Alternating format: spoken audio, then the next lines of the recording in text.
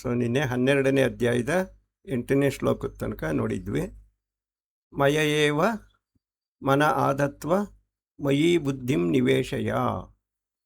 ವಿಶ್ವರೂಪನಾದ ಈಶ್ವರನಾದ ನನ್ನಲ್ಲೇ ಮನಸ್ಸನ್ನು ಸ್ಥಾಪಿಸಿ, ನನ್ನಲ್ಲೇ ಮನಸ್ಸಿನ ಜೊತೆಗೆ ಬುದ್ಧಿಯನ್ನು ಸ್ಥಾಪಿಸಿ ನೀನು ಯೋಗವನ್ನು ಮಾಡಬೇಕು.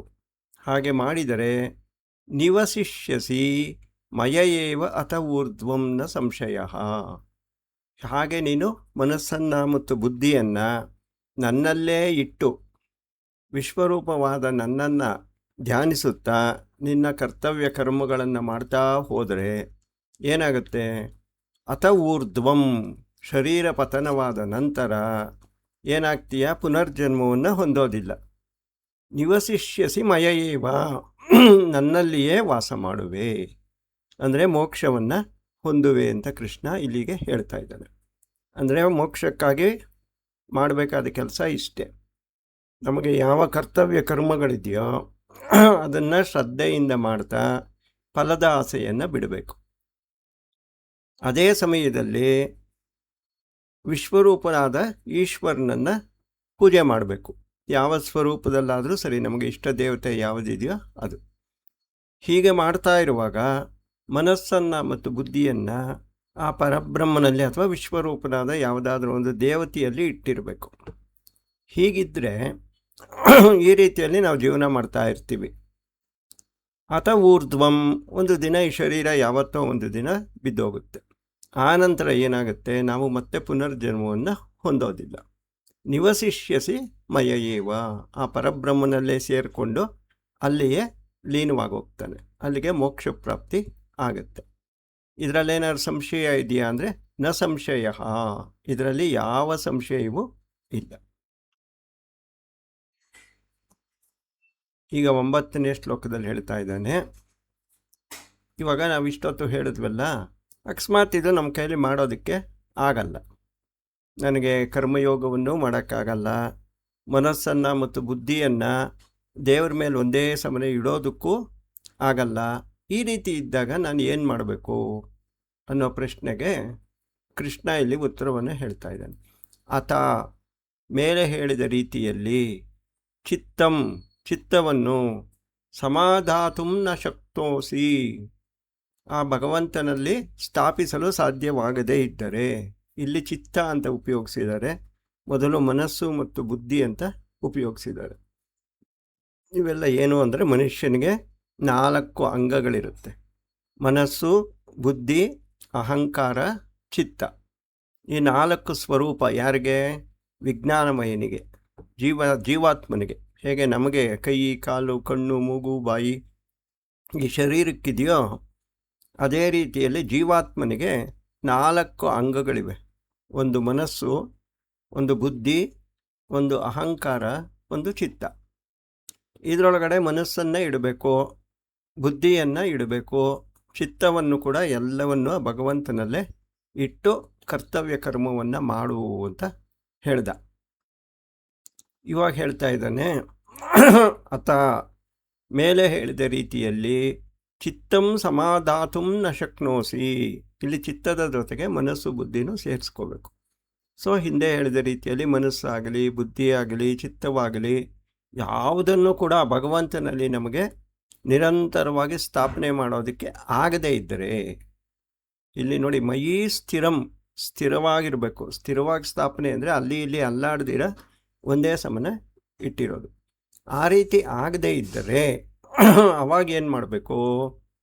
ಅಭ್ಯಾಸ ಯೋಗೇನ ತಥೋ ಮಾಂ ಇಚ್ಛಾಪ್ತುಂ ಧನಂಜಯ.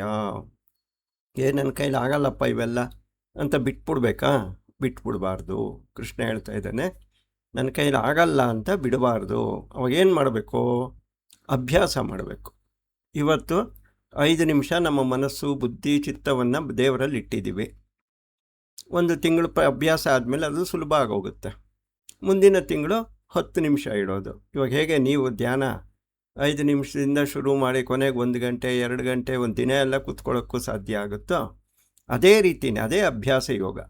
ಸೊ ಅಭ್ಯಾಸ ಯೋಗದಿಂದ ಮನಸ್ಸನ್ನು, ಬುದ್ಧಿಯನ್ನು, ಚಿತ್ತವನ್ನು ಆ ಭಗವಂತನಲ್ಲಿ ನೆಲೆಸೋದೊಂದಿಗೆ ಅಭ್ಯಾಸ ಮಾಡು. ಆಗದೇ ಇದ್ದಾಗ, ಆದಾಗ ಓಕೆ, ಆಗದೇ ಇದ್ದರೆ ಹತಾಶನಾಗಿ ಅದನ್ನು ಬಿಟ್ಬಿಡಬಾರ್ದು. ಅಭ್ಯಾಸ ಯೋಗೇನ ತಥೋ ಮಾಂ ಇಚ್ಛಾಪ್ತುಂ ಧನಂಜಯ.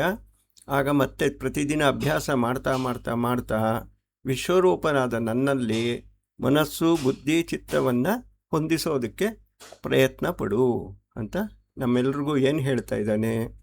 ಯಾವ ಒಂದು ಸಾಧನೆಯೂ ಮಧ್ಯದಲ್ಲೇ ಬಿಡಬಾರ್ದು. ನನ್ನ ಕೈಲಾಗಲ್ಲ, ಇದೆಷ್ಟು ದಿನ ಆಗುತ್ತೋ ಅಂತ ಅಭ್ಯಾಸ ಮಾಡ್ತಾ ಇರಬೇಕು. ಮಾಡ್ತಾ ಇದ್ದರೆ ಒಂದು ದಿನ ಆಗುತ್ತೆ. ಸ್ಥಿರವಾಗಿ ಆಗಬೇಕಲ್ಲ, ಅದೇ ಪ್ರಾಬ್ಲಮ್ಮು.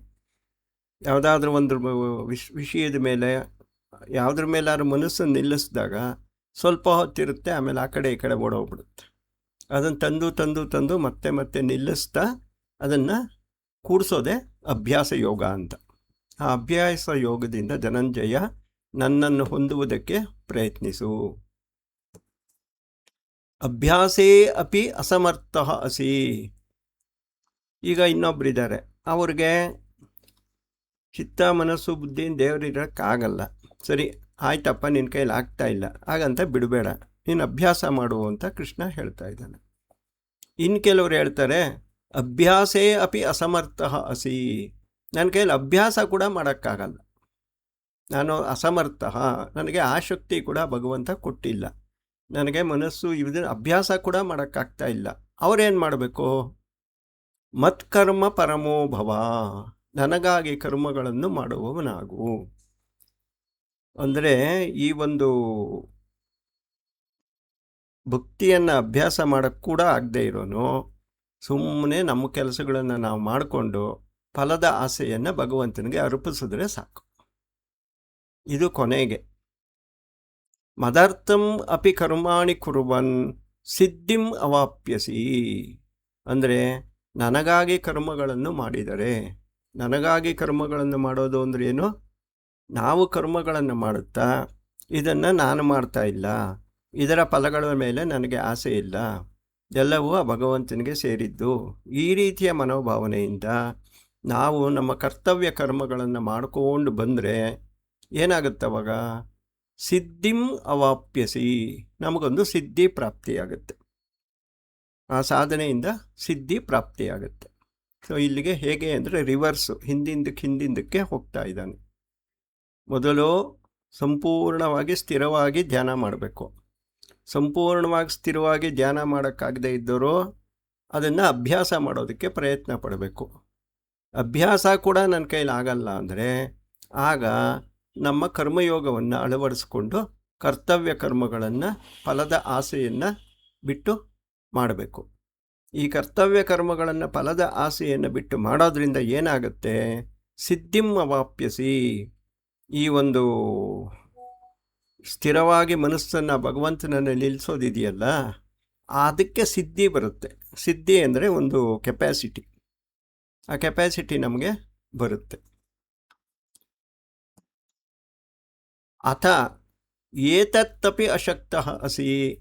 ಇನ್ನೊಬ್ಬ ಇರ್ತಾನೆ, ನಾನು ಕರ್ಮಗಳು ಮಾತ್ರ ಮಾಡ್ತೀನಪ್ಪ, ಆದರೆ ನನಗೆ ಈ ಫಲದ ಆಸೆಗಳನ್ನು ಬಿಡೋಕ್ಕಾಗಲ್ಲ, ಏಕೆಂದರೆ ಆಸೆಗಳೇ ಬಿಟ್ಟ ಮೇಲೆ ಇನ್ನೇನಕ್ಕೆ ಮಾಡಬೇಕು, ಆ ರೀತಿ ಭಾವನೆ ಬಂದ್ಬಿಡುತ್ತೆ. ಆದ್ದರಿಂದ ನಾನು ಕರ್ಮಗಳನ್ನು ಮಾಡಿಕೊಂಡು ಅದರ ಫಲವನ್ನು ಅನುಭವಿಸ್ಕೊಂಡಿರ್ತೀನಿ. ಫಲವೇ ಬೇಡ, ನಿನಗೆ ಯಾವುದರಲ್ಲೂ ಆಸಕ್ತಿನೇ ಬೇಡ ಅಂದರೆ ಕರ್ಮ ಎತ್ತಕ್ಕೆ ಮಾಡಬೇಕು ಅಂತ ಬಂದ್ಬಿಡುತ್ತೆ ಅಂತ ಹೇಳ್ತಾ ಇರ್ತಾರೆ. ಅವ್ರಿಗೆ ಹೇಳ್ತಾರೆ, ಅಥ ಮತ್ತೆ ಏತತ್ತಪಿ ಅಶಕ್ತಃ ಅಸಿ ಕರ್ತುಂ. ಹಿಂದೆ ಹೇಳಿದಂತೆ ನನಗಾಗಿ ಕರ್ಮಗಳನ್ನು ಮಾಡು ಅಂತ ಹೇಳ್ತಾ ಇದ್ದೀನಲ್ಲ, ಅದೂ ಮಾಡೋಕ್ಕೆ ನಿನಗೆ ಶಕ್ತಿ ಇಲ್ಲದೆ ಇದ್ದರೆ ಏನು ಮಾಡಬೇಕು ಅವರು? ಮತ್ ಯೋಗಂ ಆಶ್ರಿತಃ ಸರ್ವಕರ್ಮ ಫಲತ್ಯಾಗಂ ತತಃ ಕುರು. ಅಂದರೆ ಮದ್ಯೋಗಂ ಆಶ್ರಿತಃ, ಯೋಗವನ್ನು ಆಶ್ರಯ ಮಾಡಿ. ಯಾವ ಯೋಗ? 2ನೇ ಅಧ್ಯಾಯದಿಂದ ಹೇಳ್ತಾ ಇದ್ದಾನಲ್ಲ ಶ್ರೀಕೃಷ್ಣ, ಕರ್ಮಯೋಗ. ಆ ಕರ್ಮಯೋಗವನ್ನು ಆಶ್ರಯಿಸಿಕೊಂಡು ಸರ್ವಕರ್ಮ ಫಲತ್ಯಾಗಂ ತತಃ ಕುರು. ಕರ್ಮವನ್ನು ಬಿಡಬೇಡ, ಆದರೆ ಫಲದ ಮೇಲಿನ ಆಸೆಯನ್ನಾದರೂ ಅಟ್ಲೀಸ್ಟು ಬಿಟ್ಬಿಡು ಅಂತ ಹೇಳ್ತಾ ಇದ್ದಾನೆ. ಅದನ್ನು ಮಾಡುವಾಗ ಹೇಗಿರಬೇಕು? ಯಥಾತ್ಮವಾನ್, ಚಿತ್ತವನ್ನು ಸಂಯಮ ಮಾಡಿಕೊಂಡು ಕರ್ಮ ಮೇಲಿನ ಫಲಗಳ ಆಸೆಯನ್ನು ಬಿಡಬೇಕು. ಇವಾಗ ನಾವೇನೋ ಒಂದು ಮಾಡ್ತಾ ಇರ್ತೀವಿ, ಅದರಿಂದ ಏನೋ ಒಂದು ಫಲ ಬರುತ್ತೆ. ಆ ಫಲವನ್ನು ಅನುಭವಿಸ್ಬೇಕು ಅನ್ನೋ ಮನಸ್ಸಲ್ಲಿ ಆಸೆ ಬರುತ್ತಲ್ಲ, ಆ ಆಸೆಯು ಮೇಲಕ್ಕೆ ಏಳದಂತೆ ನಾವು ಸಂಯಮ ಮಾಡ್ಕೋಬೇಕು. ಅದು ಯಥಾತ್ಮವಾನ್ ಅಂತ ಕರೀತಾರೆ. ಆದ್ದರಿಂದ ನಮ್ಮ ಇಂದ್ರಿಯಗಳನ್ನು ಸಂಯಮ ಮಾಡಿಕೊಂಡು ಯಾವುದೇ ಆಸೆಗಳಿಗೂ ಒಳಪಡದೆ ಕರ್ಮಗಳನ್ನು ಮಾಡ್ಕೊಂಡು ಹೋಗ್ತಾ ಇದ್ದರೆ ನಮಗೆ ಸಿದ್ಧಿಯು ಪ್ರಾಪ್ತಿಯಾಗುತ್ತೆ ಅಂತ ಹೇಳ್ತಾ ಇದ್ದಾರೆ. ಈಗ ಕರ್ಮಯೋಗ ಆಯಿತು, ಜ್ಞಾನಯೋಗ ಆಯಿತು, ಭಕ್ತಿಯೋಗ ಆಯಿತು, ಈ ರೀತಿ ಧ್ಯಾನ ಯೋಗ ಆಯಿತು. ಅನೇಕ ರೀತಿಯ ಮಾರ್ಗಗಳನ್ನು ಭಗವದ್ಗೀತೆಯಲ್ಲಿ ಹೇಳಿದ್ದಾರೆ. ಈಗ ಶ್ರೀಕೃಷ್ಣ ಹೇಳ್ತಾ ಇದ್ದಾನೆ, ಶ್ರೇಯೋ ಹಿ ಜ್ಞಾನಂ ಅಭ್ಯಾಸಾತ್.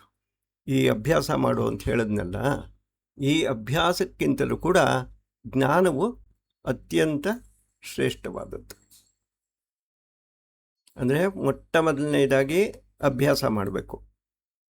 ಅಭ್ಯಾಸ ಮಾಡೋದಕ್ಕಿಂತ ಜ್ಞಾನವು ಶ್ರೇಷ್ಠ. ಆ ಜ್ಞಾನಾತ್ ಧ್ಯಾನಂ ಶ್ರೇಷ್ಠ. ಆ ಜ್ಞಾನಕ್ಕಿಂತಲೂ ಧ್ಯಾನವು ಅತ್ಯಂತ ಶ್ರೇಷ್ಠವಾದದ್ದು. ಧ್ಯಾನ ಅಂದರೆ ಜ್ಞಾನಪೂರ್ವಕವಾದ ಧ್ಯಾನ. ಇವಾಗ ಧ್ಯಾನ ಅಂದರೆ ಸುಮ್ಮನೆ ಕೂತಿರೋದು, ಅದು ಒಂದು ಧ್ಯಾನ. ನಾನು ಏನು ಕೂತ್ಕೊಂಡಿದ್ದೀನಿ, ನನಗಿದ್ರಿಂದ ಏನು ಲಾಭ ಆಗ್ತಾ ಇದೆ, ನನ್ನ ಮನಸ್ಸನ್ನು ಎಲ್ಲಿ ಕೇಂದ್ರೀಕರಿಸಿ ನಾನು ಧ್ಯಾನ ಮಾಡಬೇಕು, ಇವನ್ನೆಲ್ಲ ತಿಳ್ಕೊಂಡು ಮಾಡೋದಿದೆಯಲ್ಲ, ಅದು ಜ್ಞಾನಪೂರ್ವಕವಾದ ಧ್ಯಾನ. ಅಂದರೆ ತಿಳ್ಕೊಂಡು ಮಾಡಬೇಕು ಅಂತ. ಆ ರೀತಿಯಲ್ಲಿ ತಿಳ್ಕೊಂಡು ಮಾಡಿದ ಧ್ಯಾನ ಜ್ಞಾನಕ್ಕಿಂತಲೂ ಶ್ರೇಷ್ಠ. ಧ್ಯಾನಾತ್ ಕರ್ಮಫಲತ್ಯಾಗಂ. ಈ ಒಂದು ಜ್ಞಾನದಿಂದ ಕೂಡಿದ ಧ್ಯಾನಕ್ಕಿಂತಲೂ ನಾವು ಮಾಡುವ ಕರ್ಮಗಳಲ್ಲಿ ಫಲದ ಆಸೆಯನ್ನು ಬಿಡುವುದು ಇನ್ನೂ ಶ್ರೇಷ್ಠ. ತ್ಯಾಗಾತ್ ಶಾಂತಿಂ ಅನಂತರಂ. ಅಂದರೆ ಮನುಷ್ಯನಿಗೆ ಕರ್ಮದ ಮೇಲಿನ ಫಲಗಳ ಆಸೆಯನ್ನು ಬಿಟ್ಟು ಕೇವಲ ಕರ್ಮವನ್ನು ಯಾರು ಮಾಡ್ತಾ ಇರ್ತಾರೆ, ಅಂದರೆ ಕರ್ಮಯೋಗವನ್ನು ಆಚರಿಸ್ತಾ ಇರ್ತಾರೆ, ಅವ್ರಿಗೇನಾಗುತ್ತೆ? ಶಾಂತಿಂ ಅನಂತರಂ. ತಕ್ಷಣದಲ್ಲಿಯೇ ಮನಸ್ಸಿಗೆ ಶಾಂತಿ ಪ್ರಾಪ್ತಿಯಾಗುತ್ತೆ. ಜ್ಞಾನ ಇರ್ಬೋದು, ಧ್ಯಾನ ಇರ್ಬೋದು, ಇವಕ್ಕೆಲ್ಲ ಸುಮಾರು ದಿನ ಟೈಮ್ ತೊಗೊಳೋದು ರಿಸಲ್ಟ್ ಕೊಡೋದಕ್ಕೆ. ಇವತ್ತು ಮಾಡಿದ ತಕ್ಷಣ ಇವತ್ತೇ ಸಿಗಲ್ಲ. ವರ್ಷ ಆಗ್ಬೋದು, 5 ವರ್ಷ ಆಗ್ಬೋದು, 10 ವರ್ಷ ಆಗ್ಬೋದು. ಆದರೆ ಮಾಡ್ತಾ ಇರುವ ಕರ್ಮಗಳ ಮೇಲೆ ಫಲದ ಆಸೆಯನ್ನು ಬಿಟ್ಟು ಕೇವಲ ಕರ್ಮವನ್ನು ಯಾರು ಮಾಡ್ತಾ ಇರ್ತಾರೆ ಅವರಿಗೆ ಶಾಂತಿಯು ತಕ್ಷಣದಲ್ಲೇ ಸಿಗುತ್ತೆ. ಇವಾಗ ನಾನು ಕರ್ಮ ಮಾಡ್ತಾ ಇದ್ದೀನಿ, ಫಲದ ಆಸೆಯನ್ನು ಬಿಡೋದನ್ನು ಅಭ್ಯಾಸ ಮಾಡ್ಕೊಂಬಿಟ್ರೆ, ಆ ಫಲದ ಮೇಲಿನ ಆಸೆಯನ್ನು ಬಿಟ್ಟರೆ ಈ ಕ್ಷಣವೇ ಇಲ್ಲೇ ನನಗೆ ಶಾಂತಿಯು ಮನಸ್ಸಿನಲ್ಲಿ ಲಭಿಸುತ್ತೆ. ಹೀಗೆ ಒಂದಕ್ಕಿಂತ ಒಂದು ಹೆಚ್ಚು ಅಂತ ಕೊನೆಗೆ ಎಲ್ಲಿಗೆ ಬರ್ತಾ ಇದ್ದಾನೆ? ತ್ಯಾಗವೇ ಶ್ರೇಷ್ಠ. ಜ್ಞಾನ ಶ್ರೇಷ್ಠ, ಜ್ಞಾನಕ್ಕಿಂತಲೂ ಅಭ್ಯಾಸ ಶ್ರೇಷ್ಠ, ಅಭ್ಯಾಸಕ್ಕಿಂತಲೂ ಧ್ಯಾನ ಶ್ರೇಷ್ಠ, ಧ್ಯಾನಕ್ಕಿಂತಲೂ ಕರ್ಮಫಲ ತ್ಯಾಗವೇ ಶ್ರೇಷ್ಠ. ಆದ್ದರಿಂದ ಅರ್ಜುನ, ನೀನು ಕರ್ಮಯೋಗಿ ಆಗು. ಕರ್ಮಯೋಗಿ ಆದರೆ ಏನಾಗುತ್ತೆ ಅಂದರೆ ಸಿದ್ಧಿ ಬರುತ್ತೆ ನಮಗೆ. ಆ ಸಿದ್ಧಿ ಬಂದಾಗ ಏನಾಗುತ್ತೆ? ರಜಸ್ಸು ಮತ್ತು ತಮೋ ಗುಣಗಳು ಕಮ್ಮಿಯಾಗಿ ಸತ್ವಗುಣ ಜಾಸ್ತಿ ಆದಾಗ ಆ ಅಪರಬ್ರಹ್ಮ ಅಥವಾ ನಿರಾಕಾರ ಬ್ರಹ್ಮವನ್ನು ಧ್ಯಾನ ಮಾಡುವಂತಹ ಶಕ್ತಿ ನಮಗೆ ಬರುತ್ತೆ. ಅದರಿಂದ ತಕ್ಷಣವೇ ಮೋಕ್ಷ ಸಿಗುತ್ತೆ ಮತ್ತು ಶಾಂತಿಯು ಕೂಡ ತಕ್ಷಣದಲ್ಲೇ ಲಭಿಸುತ್ತೆ. ಹೀಗೆ ಮಾಡಿದ್ಮೇಲೆ ಈಗ ಕೃಷ್ಣ ಹೇಳ್ತಾ ಇದ್ದಾನೆ, ನನ್ನ ಭಕ್ತರು ಅಂದರೆ ಈ ಭಕ್ತಿಯೋಗವನ್ನು ಆಚರಿಸೋರು ಹೇಗಿರ್ತಾರೆ? ಇವಾಗ ಇಷ್ಟೊತ್ತು ಹೇಳಿದ್ನಲ್ಲ, ಹೀಗಿರಬೇಕು, ಹಾಗಿರಬೇಕು, ಹೀಗೆ ಮಾಡಬೇಕು ಅಂತ. ಈ ರೀತಿಯಲ್ಲಿ ಇರುವವರು ಹೇಗಿರ್ತಾರೆ, ಯಾವ ರೀತಿ ಇದ್ದರೆ ನನಗಿಷ್ಟ ಆಗುತ್ತೆ ಅಂತ ಅವನು ಭಕ್ತನನ್ನು ವರ್ಣನೆ ಮಾಡ್ತಾ ಇದ್ದಾನೆ. ಈಗ ಸ್ಟೂಡೆಂಟ್ಸ್ನೆಲ್ಲ ನೋಡ್ತಾ ಇರೋ ಮೇಷ್ಟ್ರಿಗೆ ಕೆಲವರು ವಿದ್ಯಾರ್ಥಿಗಳು ತುಂಬ ಇಷ್ಟ ಆಗ್ತಾರೆ, ಯಾಕೆಂದರೆ ಅವ್ರ ನಡವಳಿಕೆ ಅವೆಲ್ಲ ಅವ್ರಿಗೆ ಇಷ್ಟ ಆಗುತ್ತೆ. ಅದೇ ರೀತಿ ಭಗವಂತನಿಗೂ ಕೂಡ ನಮ್ಮ ಕೆಲವು ನಡವಳಿಕೆಗಳು ಅವನಿಗೆ ತುಂಬ ಇಷ್ಟ ಆಗುತ್ತೆ. ಅದಕ್ಕೆ ಕೃಷ್ಣ ಇವಾಗ ಹೇಳ್ಕೊಂಡು ಶುರು ಮಾಡ್ತಾನೆ, ನನಗೆ ನೀವು ಯಾವ ರೀತಿ ಇದ್ದರೆ ನನಗೆ ತುಂಬ ಇಷ್ಟ ಆಗ್ತೀರಾ ಅಂತ. ಅದ್ವೇಷ್ಟ ಸರ್ವಭೂತಾನಾಂ. ಯಾರಿಗೆ ಯಾವ ಪ್ರಾಣಿಗಳಲ್ಲಿಯೂ ದ್ವೇಷವಿರುವುದಿಲ್ಲವೋ, ಅದು ಮನುಷ್ಯರೇ ಅಲ್ಲ, ಒಂದು ಮರ ಗಿಡದಿಂದ ಹಿಡಿದು ಒಂದು ಶ್ವಾನ ಶಪಾಕಾಚ, ಒಂದು ನಾಯಿ ಇರ್ಬೋದು, ಪಕ್ಷಿ ಇರ್ಬೋದು, ಒಂದು ಇರುವೆ ಇರ್ಬೋದು, ಯಾವುದರ ಮೇಲೆಯೂ ಯಾರಿಗೆ ದ್ವೇಷ ಇರುವುದಿಲ್ಲವೋ ಅದು ಎಲ್ಲಿ ಮಟ್ಟಕ್ಕೆ ಹೋಗುತ್ತೆ ಅಂದರೆ, ತನಗೆ ದುಃಖವನ್ನು ಕೊಡುವ ಪ್ರಾಣಿಗಳಲ್ಲಿಯೂ ಸಹ, ಇವಾಗ ನನಗೆ ಯಾರೋ ಒಬ್ಬರು ತುಂಬ ತೊಂದರೆ ಕೊಡ್ತಾ ಇದ್ದಾರೆ, ಅವ್ರ ಮೇಲೆ ಕೂಡ ನನಗೆ ದ್ವೇಷ ಇರಬಾರ್ದು. ಅದನ್ನು ಅದ್ವೇಷ್ಟ ಸರ್ವಭೂತಾನಾಂ, ಈ ರೀತಿಯಲ್ಲಿ ಯಾರಿರ್ತಾರೋ, ಮೈತ್ರಃ, ಎಲ್ಲ ಪ್ರಾಣಿಗಳಲ್ಲಿಯೂ ಯಾರು ಸ್ನೇಹದಿಂದ ಇರುವನೋ, ಕರುಣ ಏವಚ, ಮತ್ತು ಎಲ್ಲ ಪ್ರಾಣಿಗಳಲ್ಲಿಯೂ ಅತ್ಯಂತವಾಗಿ ಕರುಣೆ ಇರುವುದು. ಕರುಣೆ ಇರೋದು ಅಂದರೆ ಒಬ್ಬರು ಕಷ್ಟದಲ್ಲಿದ್ದಾಗ ನಮ್ಮ ಮನಸ್ಸು ಕರಗಿ ಅವ್ರಿಗೇನಾದ್ರು ಸಹಾಯ ಮಾಡಬೇಕು ಅನ್ನೋ ಭಾವನೆ ಬರುತ್ತಲ್ಲ, ಅದೇ ಕರುಣೆ. ಅದು ಎಲ್ಲಿರುತ್ತೆ? ನಮಗೆ ಬೇಕಾದವರಲ್ಲಿ ಸಾಮಾನ್ಯವಾಗಿ ಎಲ್ಲರಿಗೂ ಇರುತ್ತೆ. ಆದರೆ ಇಲ್ಲಿ ಕರುಣ ಏವಚ, ಎಲ್ಲಿ? ಸರ್ವಭೂತಾನಾಂ, ಎಲ್ಲ ಪ್ರಾಣಿಗಳಲ್ಲಿಯೂ ಕರುಣೆ, ಎಲ್ಲ ಪ್ರಾಣಿಗಳಲ್ಲಿಯೂ ಸ್ನೇಹ, ಯಾವ ಪ್ರಾಣಿಗಳಲ್ಲಿಯೂ ದ್ವೇಷವಿಲ್ಲ, ಈ ರೀತಿ ಇರುವ ಭಕ್ತ. ನಿರ್ಮಮೋ, ನಾನು ಎನ್ನುವ ಅಹಂಕಾರದ ಪ್ರತ್ಯಯವನ್ನು ಬಿಟ್ಟಿರೋನು. ಇವಾಗ ಸಾಮಾನ್ಯವಾಗಿ ನಮಗೇನು ಮಾಡ್ತಾ ಇರುವಾಗ ಕೂಡ ನಮ್ಮಲ್ಲಿ ಏನು ಬರ್ತಾ ಇರುತ್ತೆ ಭಾವನೆ?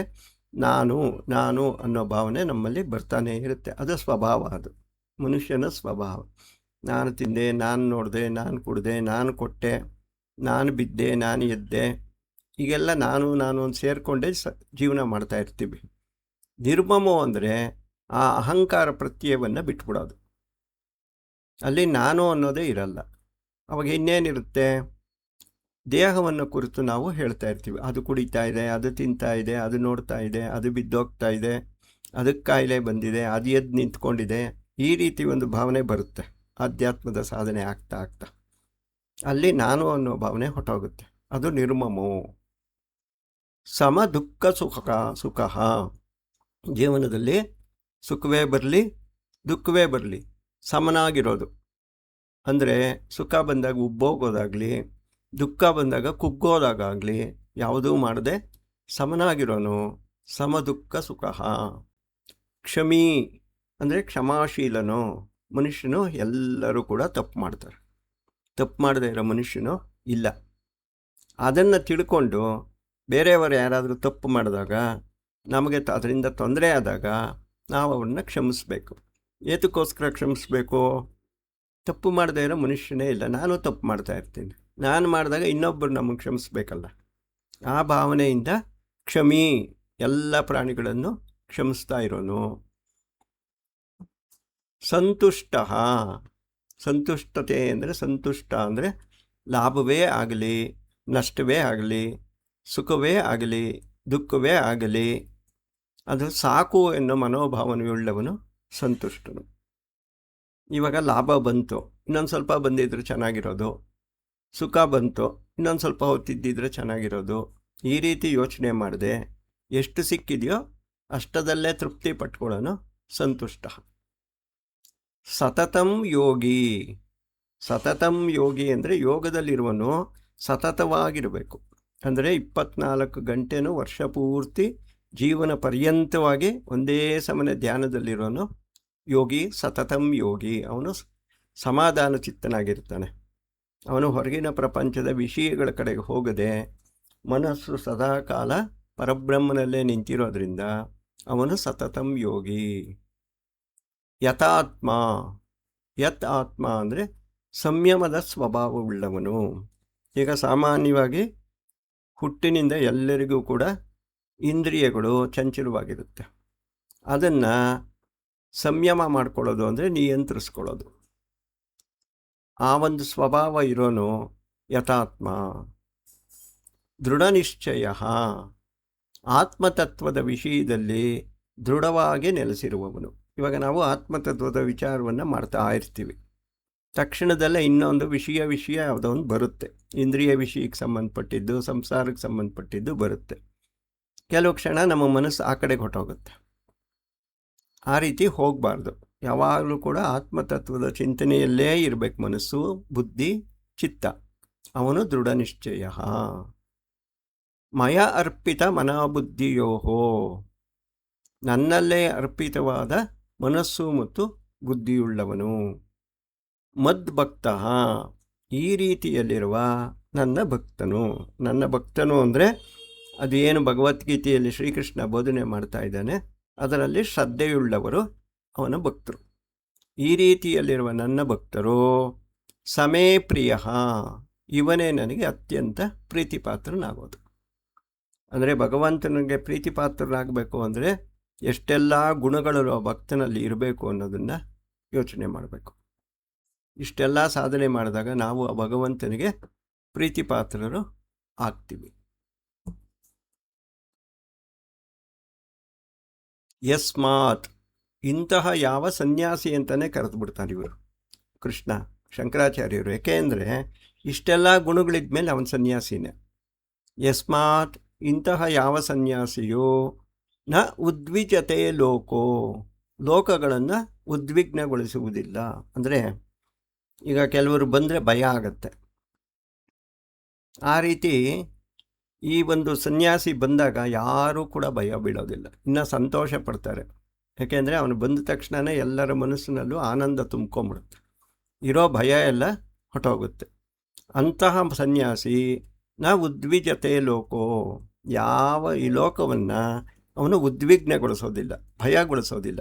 ಅದು ಪ್ರಾಣಿಯಾಗಿರ್ಬೋದು, ಪಕ್ಷಿಯಾಗಿರ್ಬೋದು, ಮನುಷ್ಯರೇ ಆಗಿರ್ಬೋದು. ಅವನು ಬಂದ ತಕ್ಷಣ ಎಲ್ಲ ನಲಿದಾಡೋಕ್ಕೆ ಶುರು ಮಾಡುತ್ತೆ. ಅದೇ ರೀತಿಯಲ್ಲೇ ಲೋಕೋನ ಉದ್ವಿಜತೆ ಚ ಯಹ, ಅವನನ್ನು ಈ ಲೋಕದ ಯಾವ ಪ್ರಾಣಿನೇ ಆಗಲಿ ಅವನನ್ನು ಕೂಡ ಭಯ ಬಿಡಿಸೋದಕ್ಕೆ ಹೋಗಲ್ಲ, ಉದ್ವಿಗ್ನಗೊಳಿಸೋದಕ್ಕೆ ಹೋಗೋದಿಲ್ಲ. ಆಮೇಲೆ ಈ ಸನ್ಯಾಸಿ ಹೇಗಿರ್ತಾನೆ ಅಂದರೆ ಹರ್ಷ, ಈ ಒಂದು ಹರ್ಷ ಅಂದರೆ ಪ್ರಿಯವಾದದ್ದು ಸಿಕ್ಕಿದಾಗ ಈ ಅಂತಃಕರಣದಲ್ಲಿ ಆಗುವ ಉತ್ಕರ್ಷ. ಇವಾಗ ನಮಗೇನೋ ಒಂದು ಬೇಕಾದ್ದು ಸಿಕ್ಕೋಯ್ತು ತಕ್ಷಣ ನಮ್ಮ ಹೃದಯ ಸ್ಥಳದಲ್ಲಿ ಒಂದು ಸಂತೋಷ ಉಂಟಾಗುತ್ತೆ, ಅದನ್ನೇ ಹರ್ಷ ಅಂತ ಕರೀತಾರೆ. ಅಮರ್ಷ ಅಂದರೆ ಅಸಹಿಷ್ಣುತೆ. ಈಗ ಇವ್ರನ್ನ ಕಂಡ್ರಾಗಲ್ಲ, ಅವ್ರನ್ನ ಕಂಡ್ರಾಗಲ್ಲ, ಇವ್ರು ಯಾಕೆ ಬಂದರು, ಅವ್ರು ಯಾಕೆ ಬಂದರು. ಸಹಿಷ್ಣುತೆ ಅಂದರೆ ಸಹಿಸ್ಕೊಳ್ಳೋದು, ಅಸಹಿಷ್ಣುತೆ ಅಂದರೆ ಸಹಿಸ್ಕೊಳ್ಳದೆ ಇರೋದು, ಅದು ಅಮರ್ಷ. ಭಯ, ಉದ್ವೇಗ. ತೈರ್ಮುಕ್ತ ಅಂದರೆ ಈ ಸನ್ಯಾಸಿ ಹೇಗಿರ್ತಾನಪ್ಪ ಅಂದರೆ ಅವನಿಗೆ ಹರ್ಷವೂ ಇರಲ್ಲ, ಅಮರ್ಷವೂ ಇರಲ್ಲ, ಭಯವೂ ಇರಲ್ಲ, ಉದ್ವೇಗವೂ ಇರಲ್ಲ. ಇವೆಲ್ಲರಿಂದ ಅವನು ಮುಕ್ತನಾಗಿರ್ತಾನೆ. ಈ ರೀತಿಯಲ್ಲಿ ಮುಕ್ತನಾಗಿರುವ ಭಕ್ತನು ಯಾವನಿರುವನೋ ಯಹ ಸಚ ಮೇ ಪ್ರಿಯ, ಅವನು ನನಗೆ ಅತ್ಯಂತ ಪ್ರೀತಿಪಾತ್ರನಾಗಿರ್ತಾನೆ ಅಂತ ಇಲ್ಲಿ ಹೇಳ್ತಾ ಇದ್ದಾನೆ.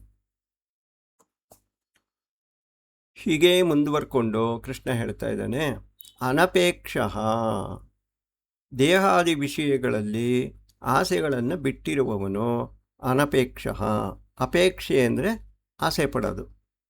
ಈ ದೇಹಕ್ಕೆ ಒಳ್ಳೆ ಬಟ್ಟೆ ಹಾಕ್ಕೋಬೇಕು, ಈ ಶರೀರಕ್ಕೆ ಒಳ್ಳೊಳ್ಳೆ ಊಟ ತಿನ್ನಿಸ್ಬೇಕು, ಈ ಶರೀರ ಆರಾಮಾಗಿರಬೇಕು ಅಂತ ಒಳ್ಳೆ ಮಂಚದಲ್ಲಿ ಮಲ್ಕೋಬೇಕು, ಈ ರೀತಿಯಲ್ಲಿ ಅಪೇಕ್ಷೆ ಪಡೋದು.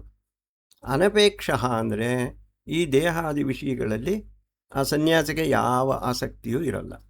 ಅವನಿಗೆ ಸುಖದ ಸುಪ್ಪತ್ತಿಗೆ ಕೊಟ್ಟರೂ ಒಂದೇ, ಕಲ್ಲು ಮೇಲೆ ಮಲ್ಕೊಂಡಿದ್ರು ಒಂದೇ, ಶುಚಿಯಾದ ರಸ ಇದು ಒಳ್ಳೆ ಊಟ ಕೊಟ್ಟರು ಒಂದೇ, ಹಳಸೋಗಿರೋ ಅನ್ನ ಕೊಟ್ಟರು ಒಂದೇ. ಅವನು ಅನಪೇಕ್ಷ.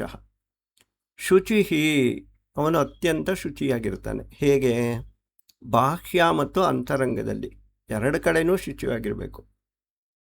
ಹೊರಗಿನ ಶರೀರವೂ ಶುಚಿಯಾಗಿರಬೇಕು, ಒಳಗಡೆ ಮನಸ್ಸು ಕೂಡ ಅತ್ಯಂತ ಶುಚಿಯಾಗಿರಬೇಕು. ಅವನು ಶುಚಿ.